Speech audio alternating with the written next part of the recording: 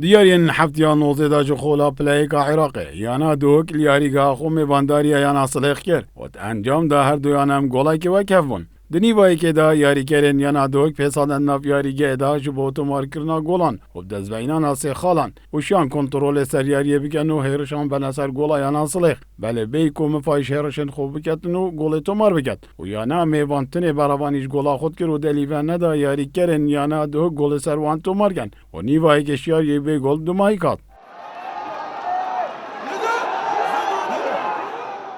دنیوا دویدا و ده همان سیناریویا نیوای که دا یاری کردن یانا دو کنترل سر یاری کرو لذاتیت کر بو تومار کرنا گولان و چندین دلیون گولانش دزدان او بلو خلقا هفته چاره ده شکا هفتش دا یاری کرد یانا صلیخ علی عباس شیا گولا پیش کتنی بو یانا خود تومار کرد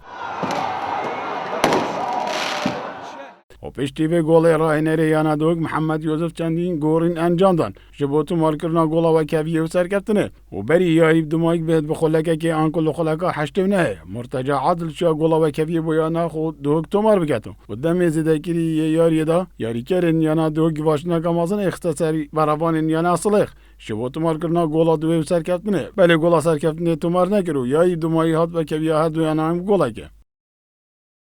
اگر ما او ام فرصه استغلال نکن هر دیگه گل خاص شو تاولی تبیا ما دو گل کربان ام همی جارت بشینه لعبت ما تبیا تو فرصه استغلال کی او چند فرصه بتهاتن يعني چه بیش متى والله ما چنینه اما ما استحواذ لعبی کر لعب هم یاب ما بو لما گل نکر راستی اگر او بو از بینم هفته برینو که خولات بو راستاندن یانا دوک منتظر بو زاز بینم کارت کرنا که نرینی لیاری زانا کر بو و راستی هفته که در ایج بو یانا حدود توشی اکم خسارتی بدخولی دا و منش هم فاشوی خسارتی ور بگن راستی گلک یا دل ایج بو لهر چا بیتا طبانه دی تقبل همین نتیجه بکن